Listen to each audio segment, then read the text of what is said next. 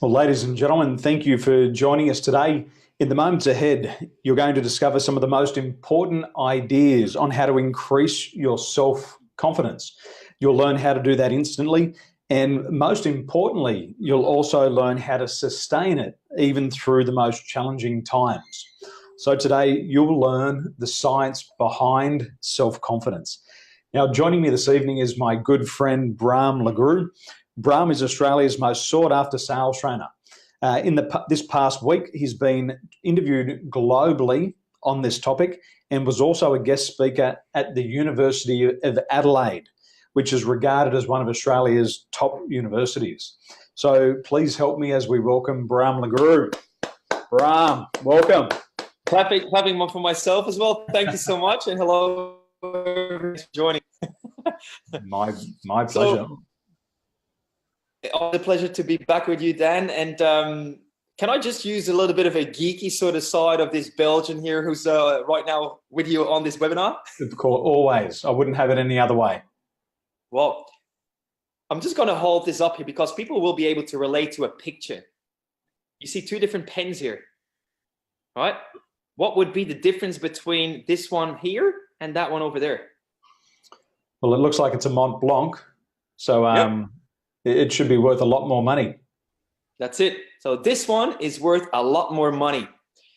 People out there in business are either like this pen or that pen, and their confidence makes the difference between how they come across, how they present, and how much they make. Confidence is the building block to go from this type of pen that you pretty much get from any business that wants their logo on it and then gives it to you for free, to this pen that is so highly aspirational. Many people want it. Not many people can afford it, but therefore confidence. This is really the topic that I look forward to sharing a little bit about. Of course, knowing that it's a really vast topic. What a beautiful introduction. And I think it's the perfect metaphor, Bram. Absolutely. Absolutely. What are you going to talk about today? Well, I've just spent a week in the United Kingdom, and we delivered a program called Total Emotional Mastery. And at Total Emotional Mastery, we're looking at improving people's levels of emotional intelligence. And what we see is as they become more emotionally intelligent, especially self-aware, their confidence rises. So tonight in the science of self-confidence and what's behind it, I want to share a few of those ideas and things that people can just do it instantly. You don't have to go to a week-long course. You can just do it from where you are now. But it's knowing what to do and how to do it, and especially in the right order and sequence. You know, success is like a combination lock. You might have the right numbers, but if you put them in the wrong order, nothing happens. You will never open up the good stuff that's inside. It's so true. So yes, having some of those, let's say, quick to grab tools to apply and get an outcome with is definitely what you and I are going to bring to the table tonight. So I'm really looking forward to sharing this with our viewers and listeners. And yeah, shall we just dive into it straight away? Absolutely. And, you know, saying that, Bram, I think it's something that everybody needs. You know, there's nobody's lost a job from having too much confidence. You lose a job for lack of self-confidence. And all of us, we can have more confidence in each area of our life. So I think it's going to be of huge value. And I'd love you to kick it off. So let me welcome a couple of people. We've got Bram here. Welcome, Bram. Daniel Fielding. Welcome, Jason Bastani.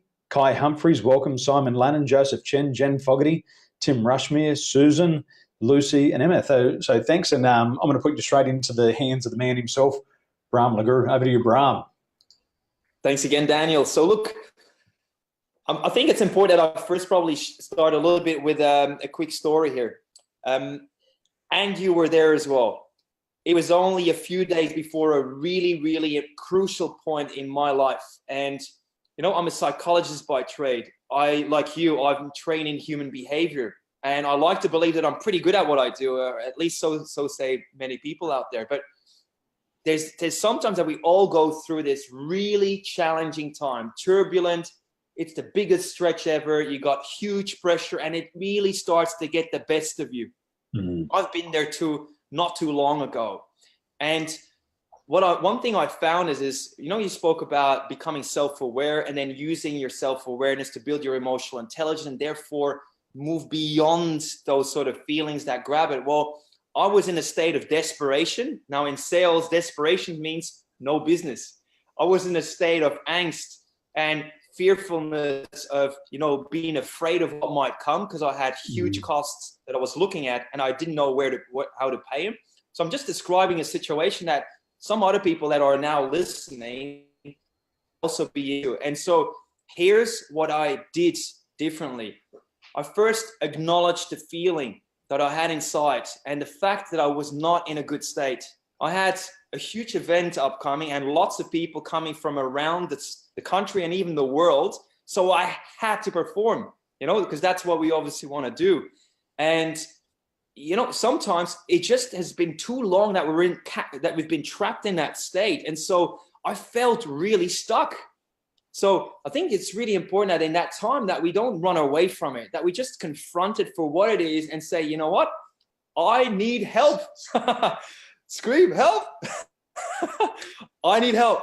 Acknowledge it rather than fight it. I think too often we try to fight it or put it away or put up a mask and try to be somebody that we're not, you know, fake it until you make it. But sometimes really you're really not getting there. The message is you're getting the knockout time and time again from business people, from people around you, from your spouse, your kids. You're just getting all this feedback, knockout after knockout. How do you go about it? What I did then, acknowledge it. 2, went to see somebody that could actually fix me up, as they say. Inside of me, balance me out a little bit, fine-tune the motor and the engine. Got a bit of Chinese medicine. It was good medicine, no herbs, you know, right? Medicine, I'm really saying medicine here. You didn't smoke it? And from there, the thing that I then did is a few brain hacks that I will talk about later. But before I actually do and almost take the sauce out of the secret sauce straight off the table, I want to just say, I project now back at the end of those 2 days, I can only say the best outcome ever. By the way, an outcome that has not been replicated to my knowledge at that scale, that sort of closing rate for people that said, I love this, what you guys did. Thank you, thank you, thank you. Here's our money. We want to do more stuff with you guys. I was so grateful. And I was so grateful to share the moment also with you, Daniel. All right. So I'm just trying to say here, I'm putting out the stage a little bit for the other people that sometimes are right now or have just come out of one of those times. There is light at the end of the tunnel, and we're going to share some really practical insights on how to, you know, switch it from one mode into another and do it fast without too much, you know, hocus pocus. And it's got to be done fast. We live in a fast-paced world, and you can't wait for confidence. You can't wait for confidence. The buyer is not going to wait for you to get confidence for you to close the sale. They want to buy now. Hey, excuse me, sir. Just give me a couple of weeks to work on this confidence and I'll come back and I'll present again. No. I want to buy now. And if you're not confident in what you got, I can't buy it. So good point. You've got to be so confident. Now, I believe in, and we're going to see 2 different sides of the coin here. Bram's going to approach this in a different way that I am. And what we know about these ideas is if you just take one of these ideas away, and you must implement it. By the way, a lot of people just gain knowledge. They think if they gain enough knowledge, they'll be powerful. But that's cliche. You've got to gain knowledge and then you've got to apply it. So we're going to give you some ideas that work and you've just got to apply it straight away and you'll be confident. So one place I like to start, Bram, is with the self-concept. And most people don't realize they have a self-concept. You do have a self-concept, and you either have it by design or you have it by default. And your self-concept is the way that you see yourself in every area of your life. It's how you see yourself in the sales. It's how you see yourself in a relationship. And this self-concept precedes and then predicts the results in every area of your life. And with the discovery of the self-concept by psychologists, it was probably the biggest breakthrough in psychology. And I just want you to imagine this. I want you to imagine 3 circles, one on the top left of a page, one on the top right, and then one down the bottom. Now, this self-concept is considered your master program. It's like the hard drive, the operating system on your computer. You've got to, first of all, program the operating system to get results. So before you even turn your computer on, you've got to make sure that is installed. And we either have this by design or by default. And in my recent trip to the UK at Total Emotional Mastery, we start with the self-image. And we have to get people to understand who they are. And we call that self-awareness. You have to understand why you think and feel the way that you do. You've got to understand who you are in the context of sales. You've got to know what are your strengths and what are your weaknesses. So most people don't know. Bram, I was a cabin crew. I led a team of 17,000 people. And I'd sit around this boardroom table before every flight. And I'd ask the crew, what's your special skill? And I think a lot of it was magic, because I would look at them and I'd say, what's your special skill? And they'd do this, they'd look at the ceiling. And they'd look into outer space. And I'd say to them, what's your special skill? And they'd just keep staring at the ceiling. And I'd say to them, just because you're looking at the ceiling and can't see me, I can still see you. So what's your strength? What do you do better than anybody else? And very few people, maybe 1 in 100 people, could actually identify what they did better than anybody else. And when it comes to understanding our self-concept, is we have to understand both our strengths and our weaknesses. Because if we know our strengths, we can improve on that.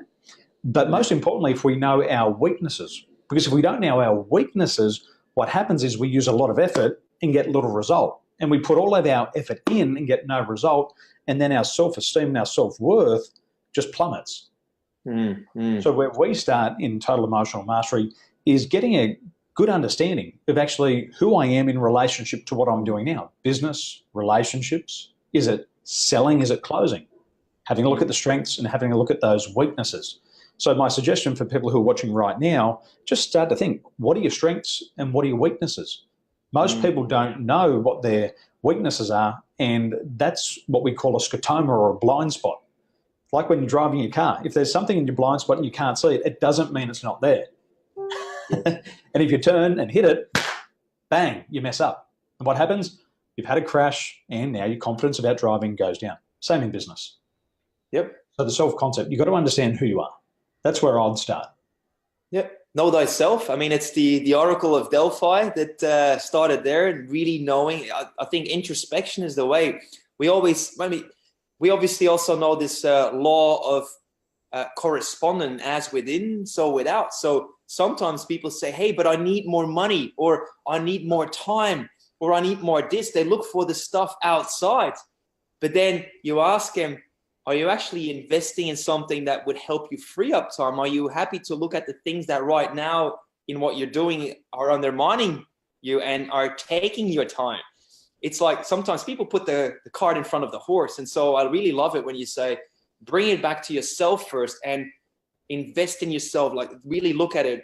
Look for assessments that can help you to actually view yourself from different angles. There's great tools out there. You know, you got great tools that help for people to measure and get an insight that is less subjective. Because sometimes we like to believe that we know ourselves, but then when other people give us feedback, we come across differently. So you need some objectivity as well, or at least different opinions that you collate to really help you get there. But anyway, yeah, it's a fascinating topic, and I think we can keep going on about this one, right? Forever. Yeah. Would it be okay if I now share maybe already one little strategy that could help people to build confidence? I'm sure everybody would love it. We've just been joined by Ben and Jeanette and Zena. We've been joined by Simone and Bo, so I'm sure they'll also love to hear it. That's really good. And good day, everybody from Australia, or wherever you might be today or this morning or whatever. One of the key strategies or one of the things that I really think is important for people to know, along with this self-concept idea, is that our brain is so creative and has got so much potential for us to unlock. Now, physically speaking, right?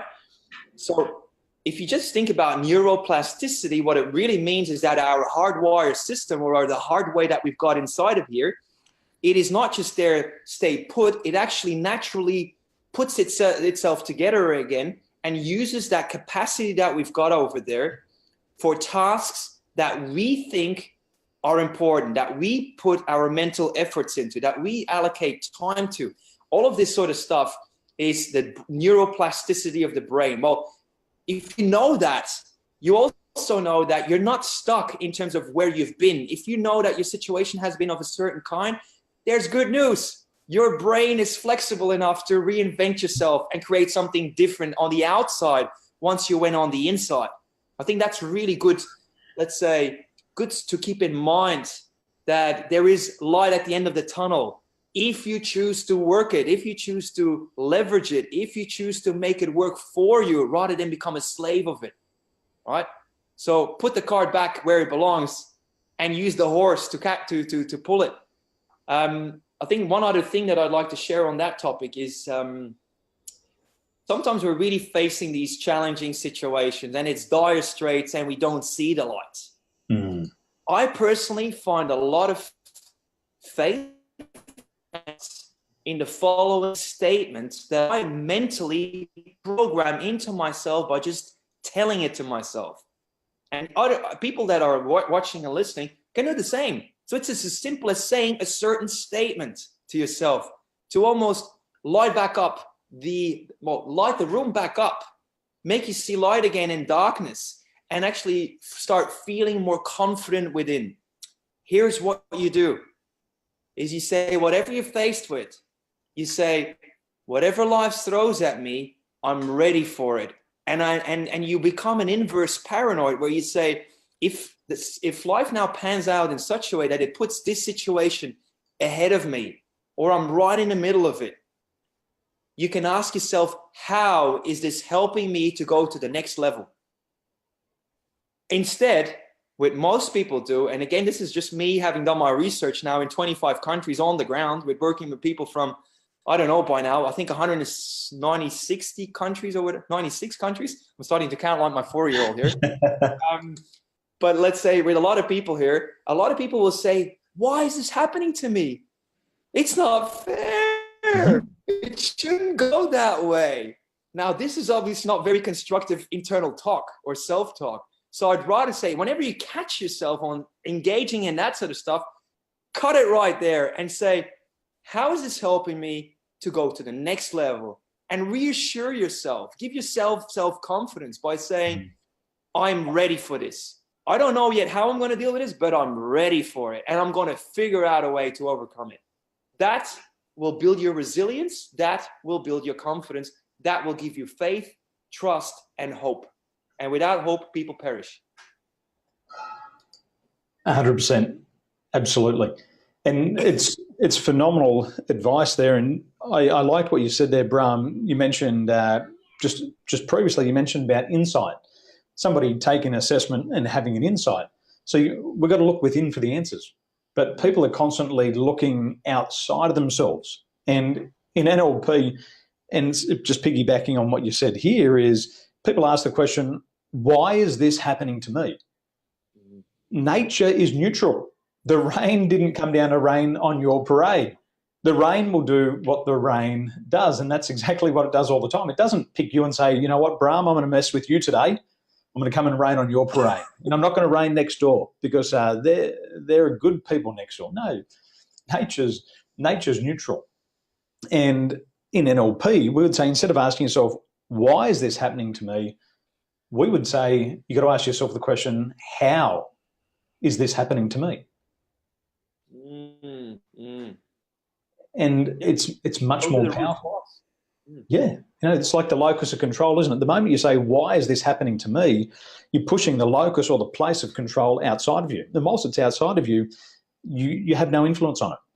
But when you ask how, it pulls the locus of control or the place of control back in, and now you're back into the driver's seat. You're back in control of the situation. Yeah, it's huge. The proactive mindset as opposed to a reactive mindset, it's huge. From instead of being a victim and asked all the time, why is this happening to me? You go back to, how is this helping me? And, how is this happening to me? And look for the ways to take back control. I fully love that. There's so much more about that to be said. By the way, there's a direct correlation to the extent that people nurture an attitude of accident or live by the law of accident and illness or unwellness, right? Disease. This ease means that you're uncomfortable within, right? And your body will start emulating it. So what goes on in here and in here, I need to probably move up a little bit, will start, let's say, oozing out of your body. So it will start manifesting on a physical level. But it all started most of the time emotionally and mentally. So again, what you do with NLP, total emotional mastery and stuff, it's fully required. You're required to get on top of your game. To give everybody the fact, there is Dr. David Simonton said that 80% of disease is psychosomatic in nature. So it starts in the mind, psycho, and it makes the body soma ill. And we see this so often with people coming to total emotional mastery. We had a guy a couple of years ago, and he'll hear this when he watches this, and he was saying that, this job's breaking my neck. It's a neck breaking job. These guys around me are a pain in the neck. And he said he repeated this for months and months and years, and then one day, bang, he's in an accident and he breaks his neck. Wow. And afterwards, a couple of years later, after he's thought about his language and how he used the language, he said, Daniel, I totally created that. And I knew at the time I shouldn't have been saying, this is neck breaking, these guys are breaking my neck. He said, because I attracted that into my life. And what we have to remember is the mind is very literal. It's literal. It says, if this person's a pain in the neck, what happens? You do this. Oh, gee. Yes. If you've got lower back pain and you're saying, man, this is back-breaking work, even if it's a mental job, but you say it's back-breaking, you'll get pain in the back. It's like my wife, Ninny, and I tell this story all the time. She said, I want to get a job where I get paid to do nothing. And for 6 months, that was her mantra. That was her affirmation. I want to get a job where I get paid to do nothing. She can see me and hear me now. She'll give me a funny look. But she said until it became her reality. She fell over at work on her knee, broke her kneecap into 5 pieces, and then was on industrial injury, or what we'd call workers' compensation, for 2.5 years. For 2.5 years, she got a job where she got paid to do nothing. We all create our own life by design, by the mere thoughts we think and the words we speak. And that's a beautiful example. People, there's nothing magical out there. There's nobody out there trying to get us. Like you said, the beauty of it is nature's neutral.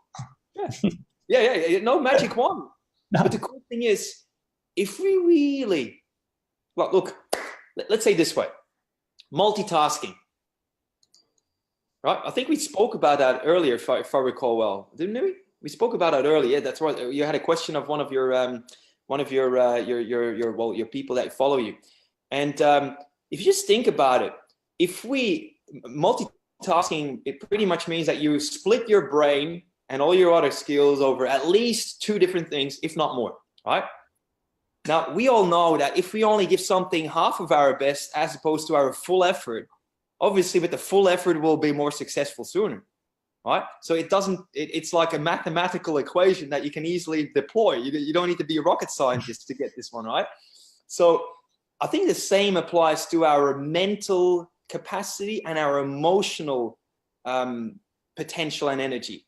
So if we, let's say, allow stuff to get in the way of whatever kind, a thought that is not helping us in any way, a saying that we just keep repeating as almost a command to our software and hardware that then starts to bring it into reality, we haven't got luxury for that. I mean, I actually would love to challenge people now sitting here, when they do this sort of introspection that you encourage them to start taking on, is that how much stuff might you now allow to get in the way that is costing you lots of valuable energy, time, and money?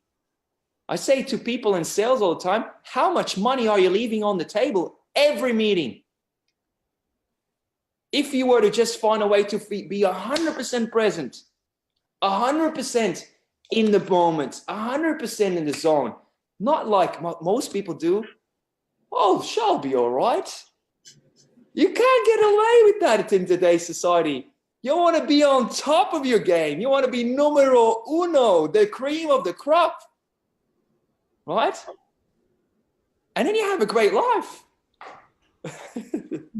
That builds confidence, by the way. Hi, I'm the second best real estate agent in town. Okay, obviously we've got the wrong guy here.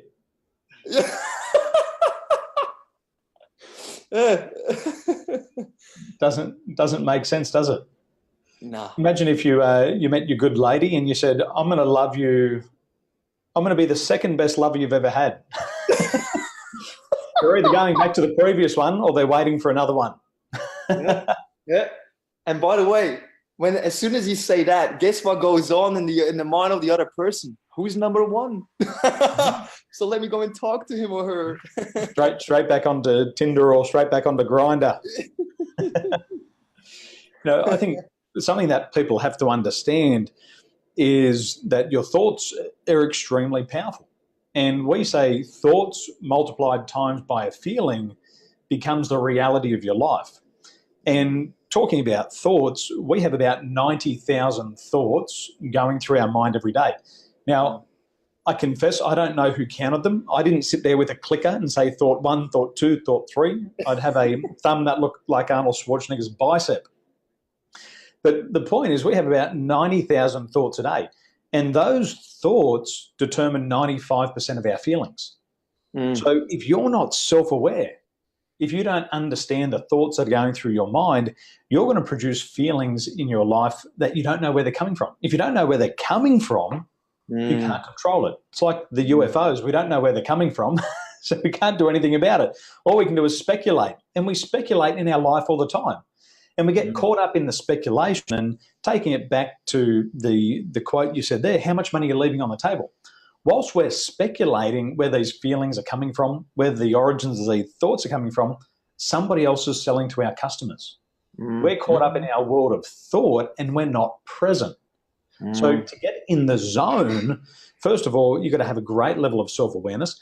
But once you've been self-aware, that's just one step. Oh, hey, I know what my problem is. Next, you've got to do something about it.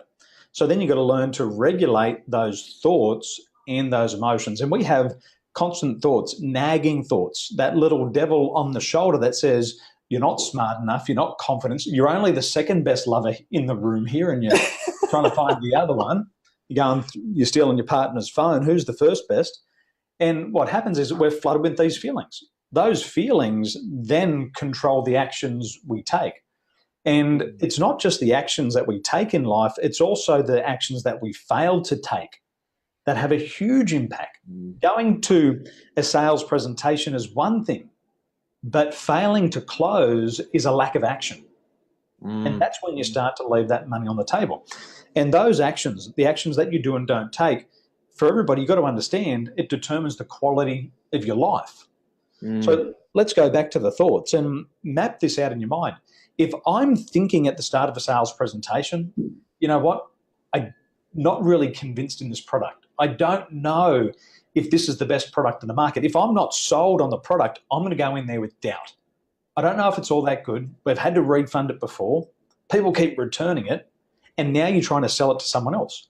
So these feelings, these thoughts of doubt create feelings of doubt. Yes. They fire off emotions, and it could be the fear of rejection, the fear of failure, the FOMO, the fear of missing out. And then what happens as these start to flood our body, it determines the actions we do and don't take. So if you've got fear of rejection, how will you ever ask the client for the order? If you have a fear of failure or your product's going to fail, how can you ecologically ask the client to make the buying decision? Yes. If you've got a fear of missing out, we think that would drive us to close the sale, but often people get so cut up in the feeling of it and the rejection that they go into the fight, flight, or freeze response. Yep. I have seen people argue with customers. Don't argue with the customers. I've seen them freeze and they just go blank. They don't say anything, by the way. They just go like this. And look at the ceiling. And the prospect says, I can still see you, by the way. Yeah. And then that determines the outcomes. If you're not asking for the order, if you've got a fear of failure, if you've got a fear of missing out, you stop taking action because the fight, flight, or freeze response kicks in. And what happens to the reality that you live in? You're poor. Your car needs fuel. The people at the gas station need money from you, or you'll be in jail if you forget to pay for it. The bank manager who lent you money for the home, he needs to pay back his creditors. Mm. Your children need schooling, and if you don't pay your bills, they cancel your children's education. Yep. If you run out of money and you get sick, it's okay. The government will look after you, but you may get your cancer looked after 2, 3, 4 years on the waiting list. And this is the reality of it. It starts with our thoughts. No one controls our thoughts. Yep. They influence our feelings. They determine the actions we do and don't take. And then we're stuck with a good life, which is not a problem. For most people, it's a bad life. And that becomes a big problem, short, medium, long term. Yep. So you have to get onto it. Yep. And, you know, sometimes pain is a blessing. Emotional pain, mental pain, you know, being tormented. And you can really turn it into virtue. And I think it's important, people, again, to see some enrichment in that, because I firmly believe, now, the longer I've been working in this field of, you know, human psychology, human behavior, you know, consciousness, teams, and, you know, dynamics and the likes, and really helping people to perform, I noticed one thing, that feelings are feedback to let you know whether or not you're on track. Now, this is a mantra that I'm telling myself. It's one of the things that it's a thought that I can do something with. It keeps me in control. It allows me to see direction forward rather than backwards. And so if I now, for example, notice that in any given point in time, I just came back from a networking event, as you know. And we sometimes catch ourselves in the presence of certain people to feel certain ways. Now, when a lot of people, I feel really confident. Now, in this one person's presence, I felt certain ways that was straight away giving me feedback to let me know some of the disowned parts inside of me that I can go to work on, right? And I already know what my step of my course of action is to actually do something about it. Now, I will also admit that in the past, I would allow myself to feel intimidated.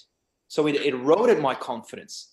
I started, you know, looking more for, you know, they are successful for these and these and these reasons. I'm less successful for these and these reasons. So I started to compare. As soon as you start comparing, you're losing. Yep. Right? And I think it's important that people really spell out, coming back to your clarity, that they say, what is it that really, truly matters to me? And really do quite a bit of soul searching there.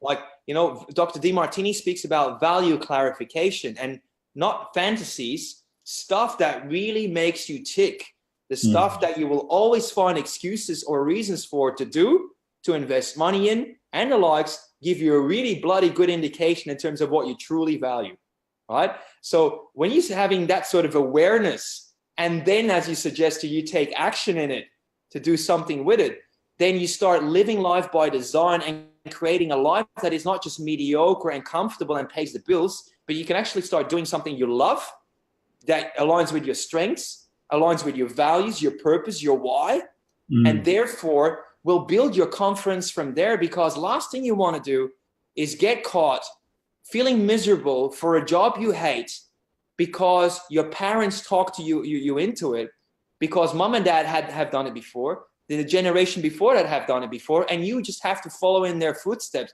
But guess what? The big but, right, is a naked one, right? The big but here is you chose it. You chose it. You gave into it. So I think it's important that we take responsibility as well, that we are only in a situation to the extent that we allow it. And when the pain is big enough, it gives you drive.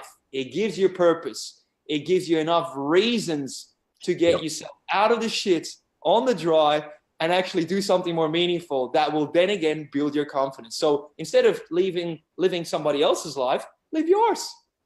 It's 100%. A simple fact. 100%. What you said there about soul searching, I'd like to share a strategy for the people who are listening. How do you soul search? first of all, you've got to believe that you have one. It's not on the bottom of the book. You've got to believe you have one. We're talking about belief. And there's we got a very smart body, and we've got three important brains. We've got a head brain, which has about 50,000 neural connections. We have a heart brain, which has about 50 million neural networks. And we have an enteric brain, or the gut brain, which is said to have about 300 billion neural networks. And when you're soul searching, you've got to ask yourself at each different level of your mind, body, and spirit. You've got to ask yourself with your head brain, you've got to say to yourself, what am I thinking right now? And you can't mix your thoughts and your feelings up. I studied under Dr. Edward de Bono, one of the greatest thinkers of all time, and he taught me how to think. You got to think here. What am I thinking right now? What's logic? What's rational? And you've got to map those thoughts out. And once you understand what's in your head brain, you've got to start to speak to your heart brain. Now, your heart brain is massive, but when you speak to your heart brain, you need a different level of questioning. The heart is responsible for your values. What's important to you? So you've got to ask yourself the question, what is important right now? Now, this is a big confusion for people who do public speaking, Bram, is they think they're on stage because everybody's coming to see them. Wrong. You're there for your people. They didn't come to see you. They came there for themselves. And this is what most people forget. So you've got to ask yourself, what is important here? And then you'll look out and you'll say, well, it's really not about me. In the sales process, what's important? Is it about me or my prospect? It's about the prospect. You shine the light on them. But you've got to know these different questions. And then for your gut brain is huge. It's your enteric brain, but it functions as one of three parts. You just can't trust your intuition all the time, because your intuition can lie, especially if you're flooded with negative emotions like anger, sadness, fear, hurt, or guilt. But the gut brain, you have to ask yourself the question is, what do I know intuitively? And when that says you're freaking out, you're overthinking this, you've got yourself in a state of panic, you can't deny that voice. You have to listen to it and say, you know what, I know that intuitively. Then you've got to take those three learnings and you've got to make sure they're all congruent. Basically, that's a green light. You're driving down the street, if it's green light, you go. So if the head, the heart, and the gut has the same message, then you can do some really good soul searching. But if any of these are at conflict, you'll feel very incongruent in your life. So remember, you've got to speak to the head brain with logic and analytic and reason. You've got to talk to the heart brain with values. What's important here? And then you've got to engage the gut brain, and you've got to ask yourself, what do I intuitively know? Pause and listen to what you said, Bram, is your feelings. You've got to listen to all those feelings at that stage. And if you do that, you'll never make a mistake again. And you'll always be confident. Always be confident. I love that. By the way, very valuable, because I'm aware of the brain here, the heart brain. The gut brain is a new one here that I intuitively I would have been able to relate to that. I haven't heard it in that sort of constellation before, which is great. Thank you for sharing. Just one thing, Dan.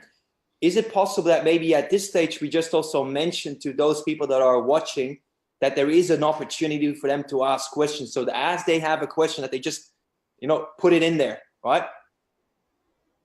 Absolutely. So what we'd like you to do, if you're online, you're watching this now, post up a question. I will pay $100 for the stupidest question. And Bram, because he's a gambling man, he'll double my 100, and it's 200. So if it's a really stupid question, we will pay you up to $200 for a question. And Bram's looking at me, he said, that's not part of the deal. Well, from everything I've learned in my life, Bram, we're safe. Yeah, of course. My grandfather was a thing as a stupid question. Exactly. So we all get to win.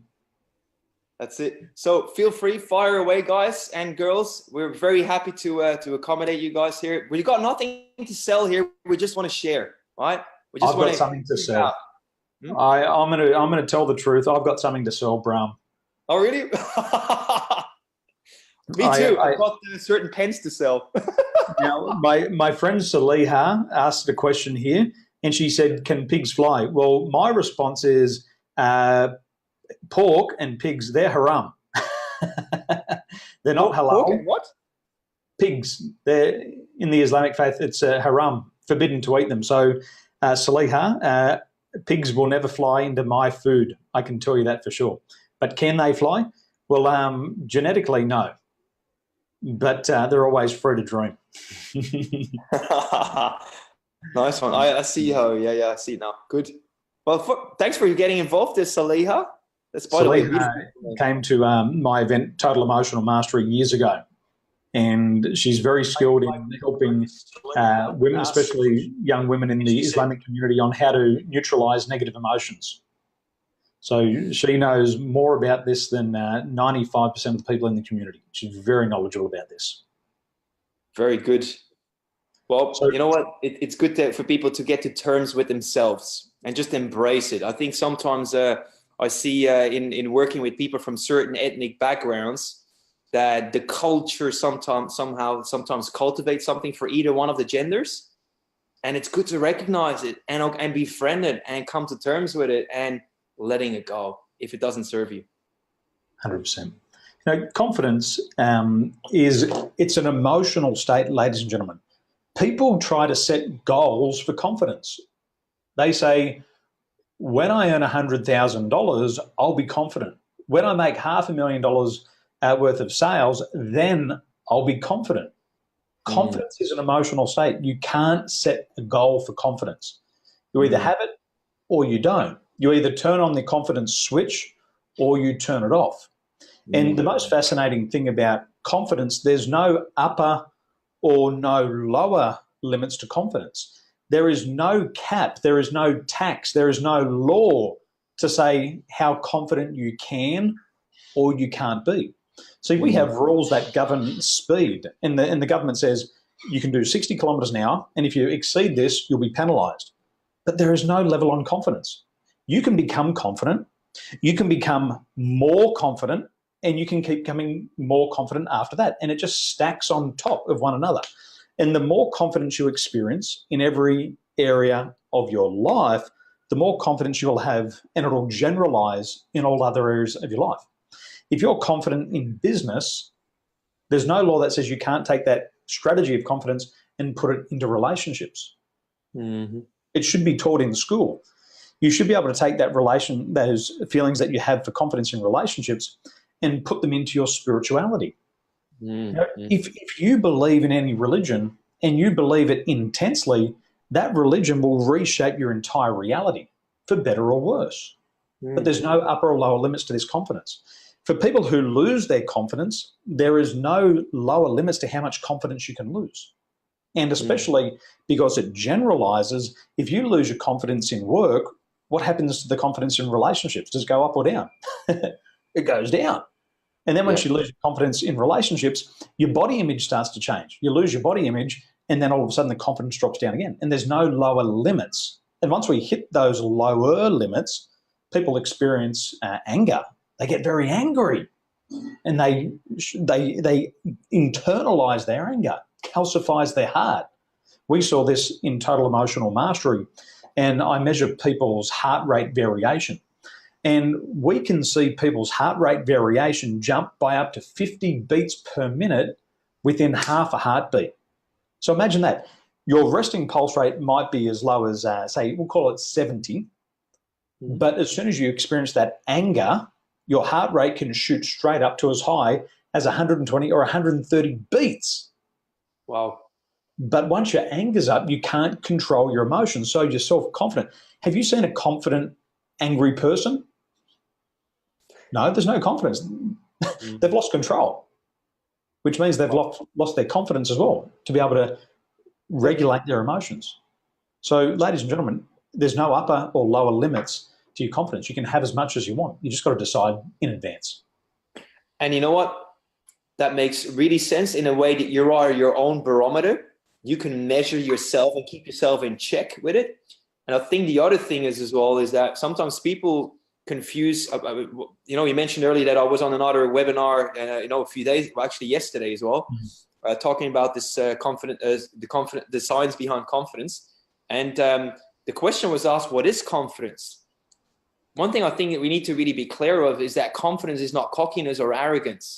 It's not, let's say, that self-absorbed, you know, it's about me type of thing. We're not talking this being confident, right? I actually believe that people that are coming from that space are actually not confident within. And they're trying to mask and put something else up that, you know, is just showing the neglect of something inside of them that they are just trying to camouflage, right? So if confident, you know, perhaps in the same context, a really different sort of scenario here, but I was very observant when my wife went through, you know, when she, you know, went through pregnancy, and, you know, obviously with pregnancy, you stop work, you stay at home, then you have the child. It takes you, of course, as everyone here listening and watching knows, it takes really a lot out of you. You know, you don't sleep as you normally do. You're at the whims, you know, of everything. You know, you clean things up all the time, and whenever you think you've had it, then it starts again. So I think it really is a big confidence sort of knockout for most women, because mostly they look after the kids and really go through everything of it. And I just noticed here that there's such an important aspect that women already, as they are raising, just by managing their own emotional states and keeping check of how they think, feed themselves consciously with great thoughts, great mental pictures, watch themselves speaking in certain ways, and be mindful of, you know, all these feelings that sometimes emerge and deal with them, right? I think sometimes we just put it too much into the closet like skeletons until they rot, start to smell and stink, and then but we just keep turning a blind eye away for it. So deal with it, become a great master of emotions, self-regulate, become aware, do something with it, and you will get rewarded for it. It's so important. I mean, confident kids are the fruit of parents that have taken the personal journey first, right? On an airplane, we say as soon as there's turbulence and the masks drop, the parents need to put on the mask first. You cannot always come with the perspective of the child first, because the child can't do anything without you being there. And so therefore you need to feed yourself. Sometimes people have got this preconceived idea, particularly women from what I've seen, that they just have to sacrifice everything. The most important person on the planet is always you. Not for your own sake, but for what you said earlier, for you and the benefit you can render others and get paid for it. I believe that, Bram. I think that's so true. And Saliha has a great question here. And what are your thoughts on this? Is Conor McGregor confident or cocky?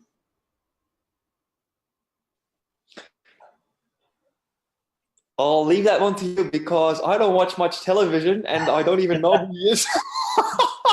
Okay, well I'll step in. And Saliha, I want to give you, I don't want to answer whether he's cocky or confident, but I want to give you a couple of thoughts about this from an emotional intelligence perspective. There's 5 pillars of emotional intelligence, and it's very important that we understand how they influence us. So the first pillar of emotional intelligence is self-awareness. Conor McGregor, to be at this level of sport, he has to be very self-aware. And we know he's self-aware because you do martial arts as well, and so does Conor McGregor, is as a part of martial arts, you must understand your body in relationship to your competitor.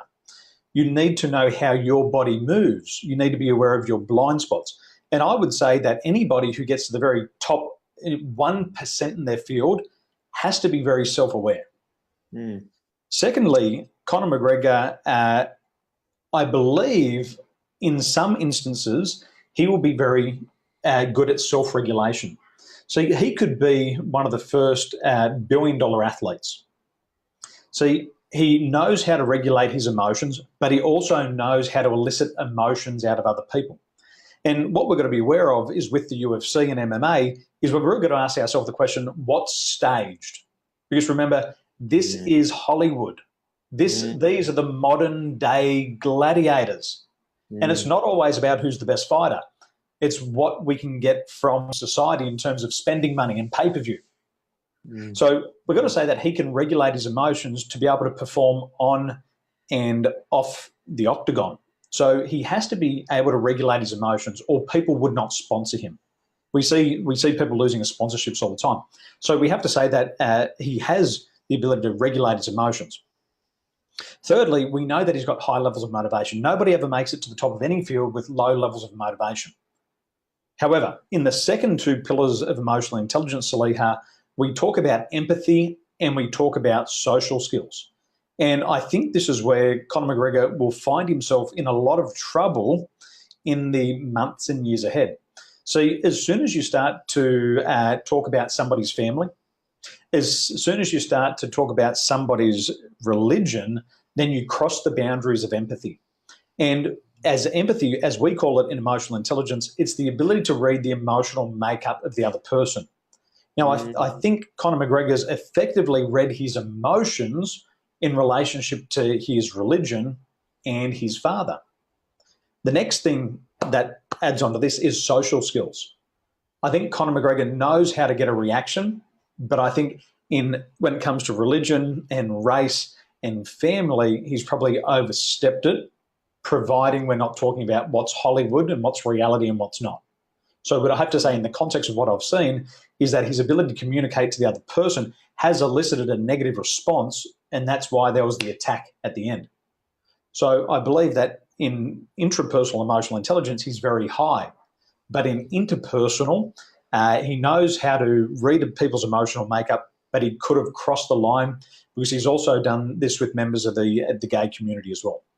So that's my take on it. Is he confident?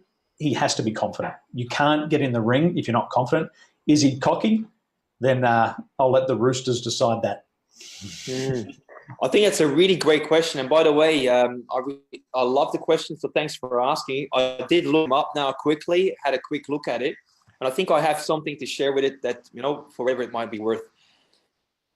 I think you're really onto it with the stage side of Hollywood. I think it's important to remind that I've done martial arts as well, let's say on 2 occasions, and I've done pretty well with it back in Belgium. One thing I noticed is that a lot of the times, depending on the sport, is that there's a lot of focus that goes into the physical side of it, which is only one aspect of winning or losing, right? And I think for the type of training that most athletes go to, like him, Conor McGregor, or any others, you could say almost that very often the physical training will be par on par.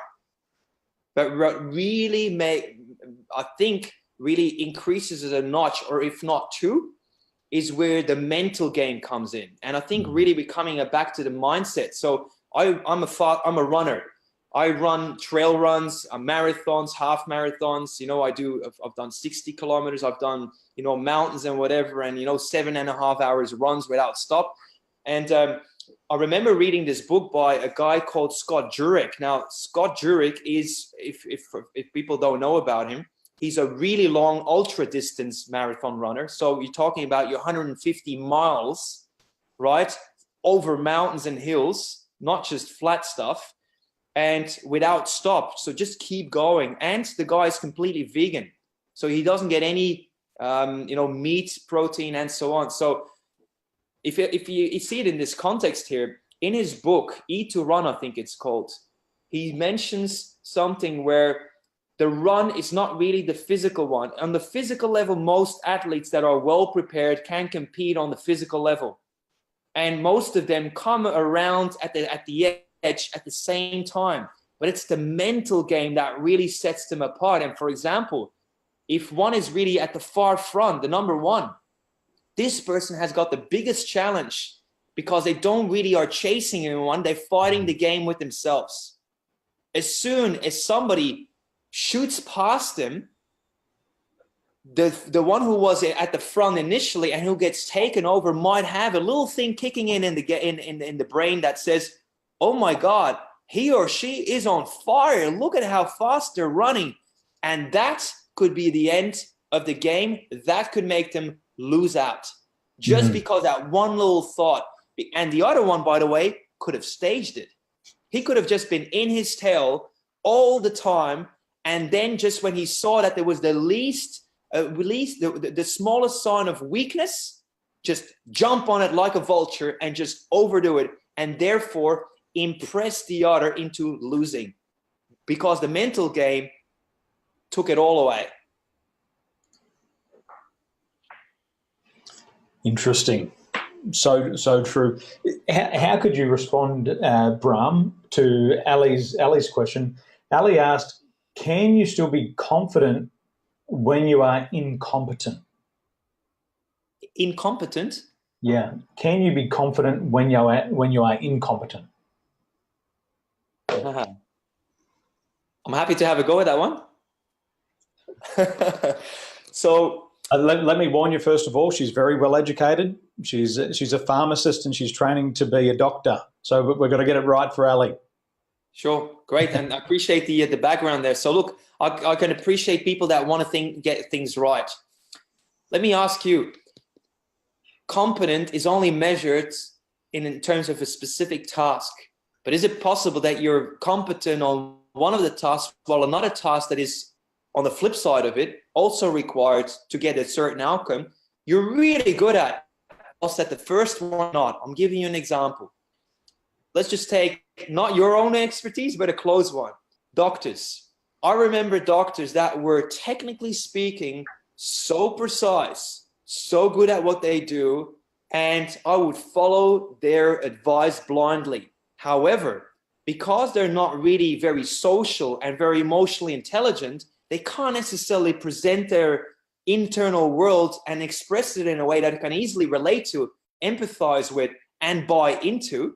And therefore, if I have somebody else that may be less technical savvy, but can translate it in a way that I can relate to, I actually sometimes have then more connection with the second person, and I might actually hire that person over the former because I haven't really fully embraced what they represent. So, if you know what your strengths are, you can take confidence in those and play to those.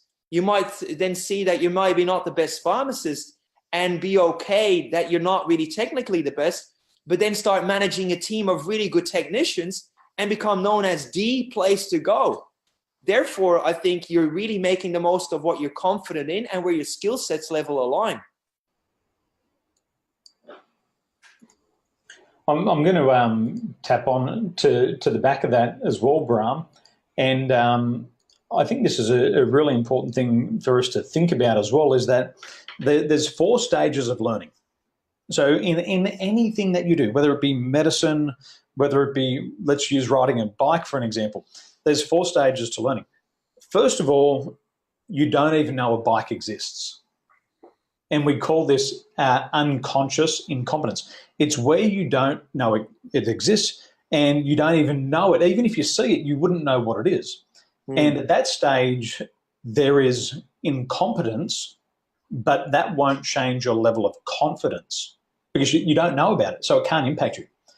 The second stage of learning is conscious incompetence. This is where you know you can't ride a bike. You've seen the bike, you know what it is, all the other kids are riding them, and now you know that you can't ride it. However, confidence and incompetence are of 2 different logical levels. So I believe you can be really confident even though you can't ride the bike, because you need to have confidence to get on the bike. But what I'd say is it's a sliding scale of confidence. Hey, I'm confident enough to get on there. That's maybe level 2 confidence. Maybe it's level 3. Because if you said, I've got no confidence, you say no. So even in learning, we've got a sliding scale. When I was wakeboarding for the very first time, I'd been on the water, Bram, since I was 4. I put a photo of me water skiing the other day. My dad's holding me. I'm like 4 years old. I'm confident on the water, but when it came to wakeboarding, I was not confident because I made a comparison. I saw my brother and this other guy riding, and I said to myself, oh, shit, what if I can't do it? What if I don't get up? I'm going to look stupid. So my confidence dropped based on my self-talk, based on the way I felt, and the action that I took. Every time the boat pulled me out of the water, I was like, oh, I can't hold on the rope. Ah, it's too hard. I've been water skiing for like probably at that stage 14 years. So the confidence varied based on my interpretation of the situation. And by the way, and then you become really, really proficient at it. Yeah. And confident. You can become very successful at being unconfident. I know people who have mastered lack of confidence. And I've done it in areas of my life as well. I was a master.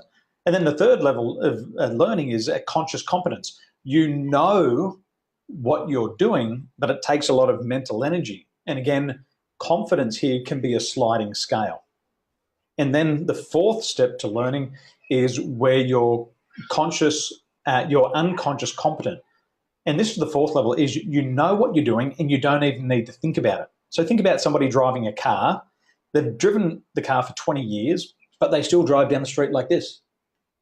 But they're not worrying about changing the gears. They're not worried about changing the lane. They're freaking out and they've still got no confidence, although they don't even think about what they do.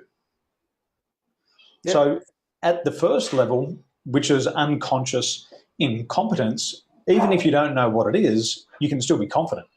And then I believe after that, Ali, it'll be a sliding scale based on the individual, based on what Bram said before, self-talk, based on how that influences feelings, etc., etc. You know what? This is so fascinating. I would love to hear also what other people are thinking based on what we said. Like, maybe what are some of the key takeaways? I really would love to hear people like say, hey, you know what? This is something that I can do something with, or this is a little nugget that, I can go to work on, or I just realized that, caught myself doing this or that, and next I want to do this with it. I really would like to see what's now the action with some of this information and content that we've been sharing. Would be really great to see people make a few comments in that sense. Susan has also asked a question here, and she asked, how is NLP linked to the head, heart and gut? In the works of Marvin Okra and Grant Susler, they wrote a very good book called M-Braining. And the book's called Multiple Brain Integration Training. And it basically says how to do cool stuff with your head, heart and gut. And I was fascinated, and I met the author, I think probably back in about 2014, I think it was 2014 or 2015, at the NLP Superfest, which was held at in Melbourne Casino. And the authors had discovered a direct link between the three brains, the head brain, the heart brain, and the gut brain. The head, the heart, and the gut also has an influence on your coherence. So what basically that means is your head communicates with the heart. Your heart communicates with the gut. But it also works the other way around, where the enteric brain communicates with the heart and the enteric brain also communicates with the head, vice versa. And if we have any consistent thoughts between these three brains, then we will get inconsistent results throughout our life. So in multiple brain integration, it's a subset or a breakaway from NLP, because the authors were NLP trained, and they discovered that you had to communicate with these organs differently. How does it fit into NLP, Susan? Well, the answer is your neurology and your nervous system. The head, the heart, and the gut are part of your nervous system. The language is our middle name in NLP, linguistics, and it's how we communicate with our nervous system. And the P for programming means how do you use your words to program your neurology of your brain, of your heart, and of your gut. And that's how it circles back around into NLP. Fascinating work. Marvin Okra, Grant Susler, and the book is called Multiple Brain Integration Training, doing cool stuff with your three brains. Can you see it there on Amazon, Bram? I am still looking for it because I tried the title that you said, and that one I haven't found yet. But look for M-Braining, letter M, Okay, followed yeah. by the word braining, embraining. Embraining, yeah, okay. That's what It might this be my Belgian brain took something else for it. That's all right. Taiwanese accent, Bram, Embraining. and that's how it fits back in. It's phenomenal. I'd studied that since 2014, Right. 2015, took Wow, courses, okay. utilize it with my clients, and it's just another perspective. Is there a fourth brain? Well, they say in the book there's the possibility that there could be. We just haven't discovered. Just because we haven't discovered doesn't mean it's not there. You know what? I can comment on that one. There's a fourth one, and it's called the universal brain. And that's when you tap into the field of quantum physics. Mm. And that's when you want to explore that sort of pathway. You probably want to go to Dr. Joe Dispenza and people like that to explore that field, which is also really, really, really cool. Especially when you look at the dual splits experiment and that sort of stuff. It's really wacky, but far out. There is something outside of there that we can tap into, and we all know it, by the way, because we know it when we think of somebody that we haven't spoken to for a long time. Guess who's going to be next on the phone? It's that sort of stuff, right? How you can somehow, on the complete other side of the world, somehow tune in with somebody and somehow be there with him, right in the moment, like very quickly. The man who changed his brain, what's his name? He was Ray at Behan. Yep. Ray Behan at National Sales Conference. He spoke about that. And he said that previously you could measure the magnetic field of thought outside the body by about a metre. But and now they're saying 10 metres and a kilometre. And then also he mentioned that at the time of Princess Diana's death, the magnetic fields in the earth had changed based on people's emotional response, and they were able to measure it. In unison at the same time, which meant it's almost like, you mentioned earlier how, when people go from a peaceful state to anger, that it jumped like a lot. Imagine that a similar sort of process would happen when millions of people simultaneously at the same time, when looking at the same image on television, go out like, oh my God, and feel this intense sorrow. It just got so great that really effectively some of the, what do you call them? Things in the sky, measured satellites. It. Yeah, satellites, that's right. Yeah, so fascinating. Do we got anybody else asking questions or, saying some stuff that they've already taken out of today? What I'm going to do, Katarina's just asked me to share up a link. Katarina, I'm going to put that up in the feed now. So there's a link there for Amazon for embraining. Highly recommend that. Bram, what other strategies would you have? So if we leveraged on Ali's question here, can you be confident and incompetent? What strategies would you suggest to somebody who is learning something for the first time and needs confidence whilst they're learning? All right, good. You know what? I'm really going to go back to the place. So you said this lady works in an environment of pharmaceuticals or something like that, right? Correct. Yep. So look, I think as soon as you go into an environment, and by the way, I can say this because I've worked with a lot of accountants, really like the top-notch ones in the big four firms, people that are really detailed architects, financial planners, some of the bankers and the likes. I've been working with a lot of very, very tech savvy people. So getting it right is important to them, and making a mistake is the biggest thing, that they want to avoid. So I can appreciate where you're coming from with that question. So the best thing I think you need to do is, first of all, is that because of the way that you have mentally been programmed in that environment, is that you are almost set up for criticism and therefore self-criticism. So I think you need to give yourself a little bit more leeway by saying, you know what? Nobody started with full confidence. Nobody, became a great physicist or astronaut or pharmacist or surgeon. They weren't born that way. Everybody had to earn their stripes. And I think the last thing you want to do is beat yourself up for not being there yet. I think rather than that, what you want to do is be your best cheerleader. Keep cheering yourself. There's people that get cheered for coming in last on a marathon.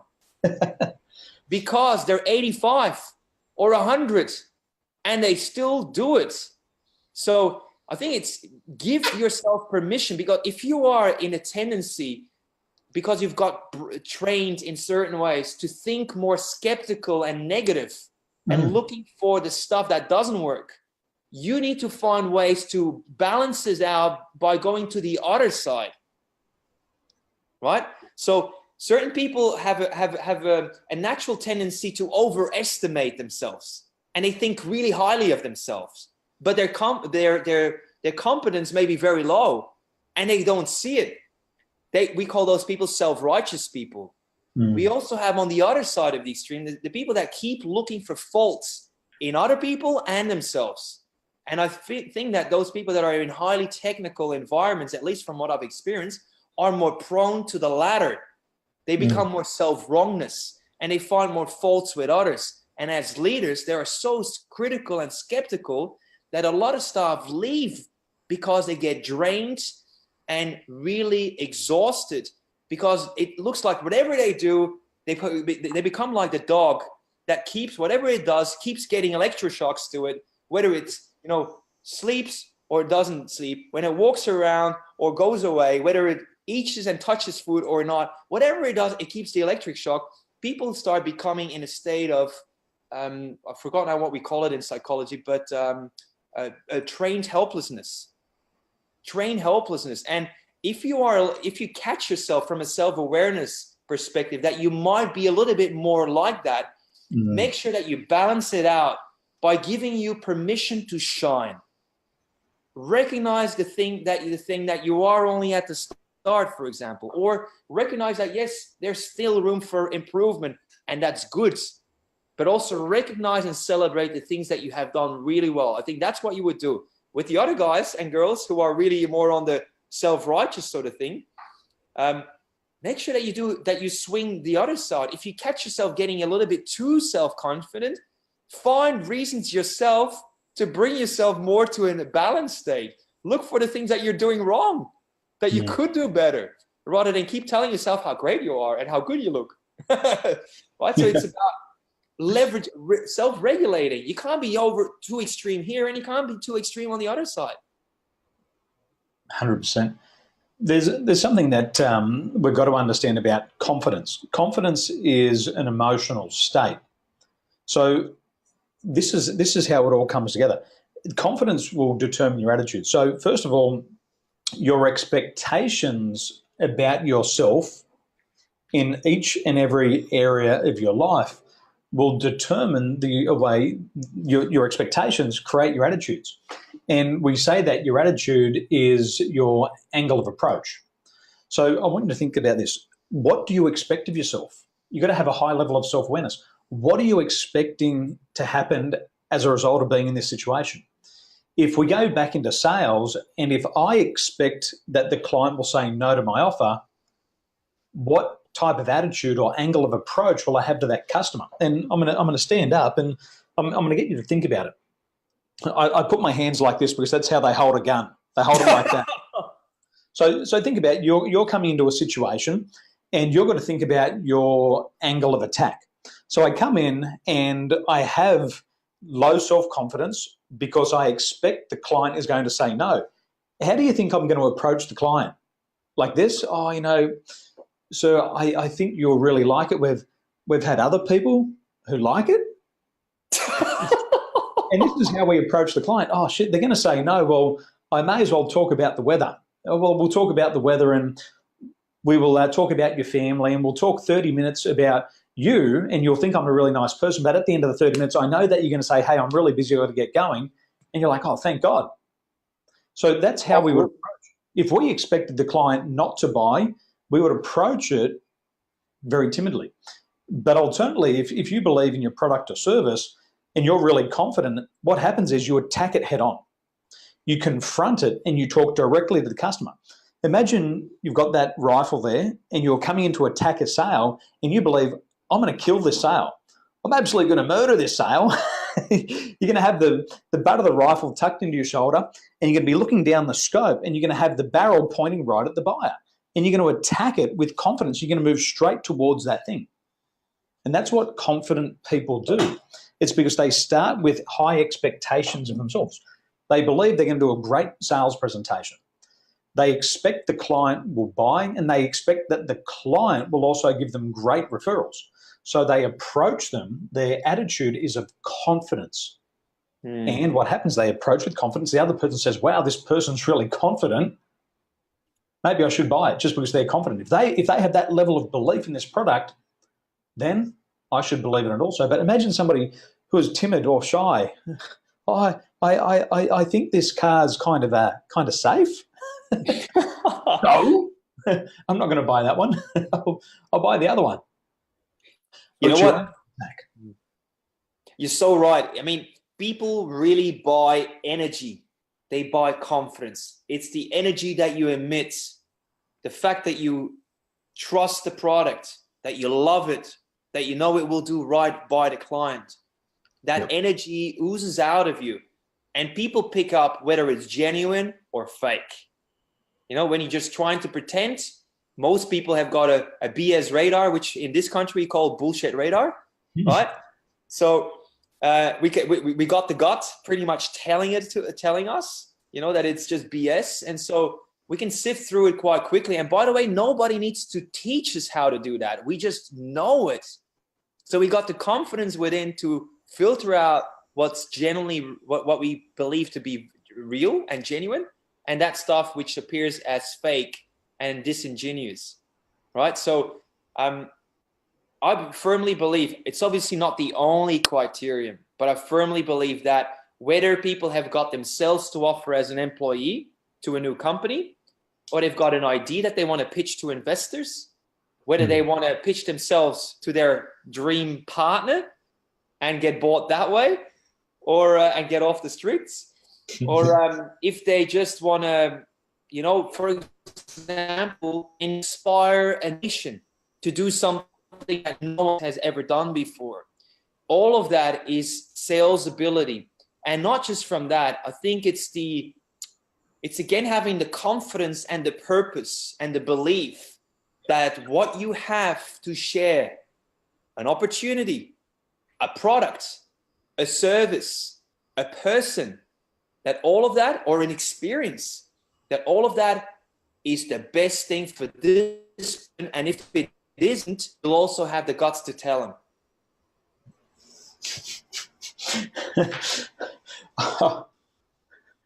I'm going red talking about it in embarrassment for somebody else, Bram. You mentioned confidence. I was flicking through Facebook Live the other week, and I saw a Facebook Live, and there was this, I can't say male or female, so I'll say person. This person's there kind of twisting their hair, biting their fingernails, and I got onto Facebook Live, and they said, ladies and gentlemen, I'm going to do a Facebook Live, and you know, I'm just going to wait here for 60 seconds to build the audience. I really hope somebody shows up.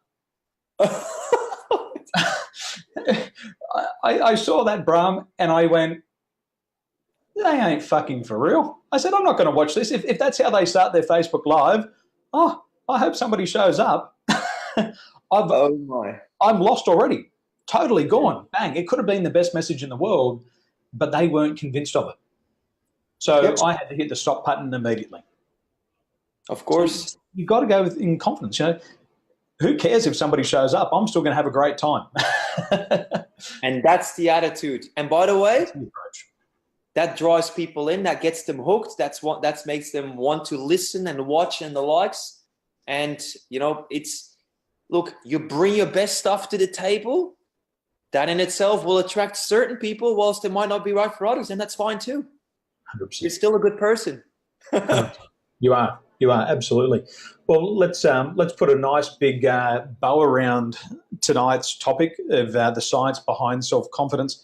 And if you were asked in just a couple of sentences to summarize the science of self-confidence, what would you tell somebody in just a couple of sentences, Bram? What would you say to them? Sure. A few takeaways. Confidence is self-induced. It's not haphazard. So you can do the steps required to build it in any situation. And I stress any. Your brain on a neurological level is that has got neuroplasticity going for you. So if you want to, you can tap into it and deploy it to your strength.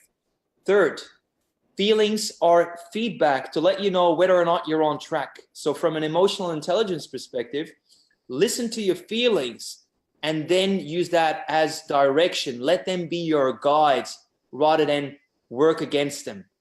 Too many people try to fight their feelings because they don't like them. Guess what? They are your friends to keep you on track and focused and purposeful driven and get you where you need to be. Last but not least, keep being nice to yourself. You know, give yourself permission to shine.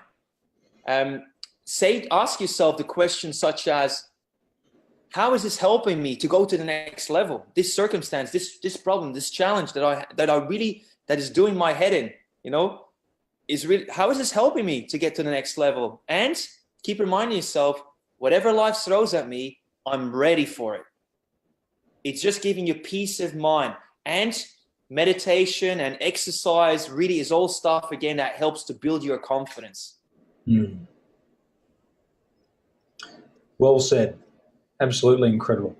So, ladies and gentlemen, we know that you've got a lot of value from here, and knowledge is one thing, but it's the application of knowledge where the rubber really hits the road, or the action is the jam and the jelly donut. It's the thing that tastes the best.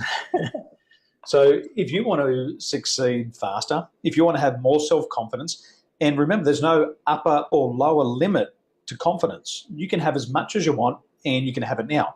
And if you replay this and go through the nuggets of gold that you've got here, you can have so much confidence that you can transform each and every area of your life that's important to you. Be more confident in your relationship, and you'll approach your partner different. Once you approach your partner with confidence, it'll increase their confidence. I believe confidence is one of those emotions, Bram, that's contagious. So people talk about depression and anxiety, and they think it's contagious. It's not contagious. That's the best part about anxiety and depression. Nobody says, hey, give me some of that. I want some of your depression. I want to feel like that. That's bullshit. But confidence and happiness is contagious. See, when you are around happy people, you want to feel happier. When people are laughing and having a great time, you want to laugh with them. And when there's confident people, what happens is those people pull you up and they say, hey, get out of that bloody state that you're in and come up here and be confident. And if you take these strategies today, you can have so much more confidence now. You can have it now, you can have it tomorrow, but you can keep it for the rest of your life. So we appreciate that you've spent time with us this evening. We will be back here next month. If you haven't added Bram on Facebook yet, make sure you go ahead and follow Bram now. Send him a like, let him know that you're on tonight's masterclass, and he'll sure let you in and follow him in his inner circle. He's a good guy, and be sure to come and visit us. We'll be together in Australia in 2019 at the National Sales Conference, and we would love to spend some more time with you personally. It'll be a great honour. So, Bram, thanks for joining me this evening, and same time, same place in a month from now. I look forward to it. Thanks, everybody, also for joining. Thanks, Dan, also for spending some time together here and share. And, yeah, look forward to next time. Pleasure, mate. Ciao for now. Bye-bye. Good night, everyone. Good morning and good afternoon. Yes. Good morning, good afternoon, and good night. That's your tagline. You did it much better. Ciao for now.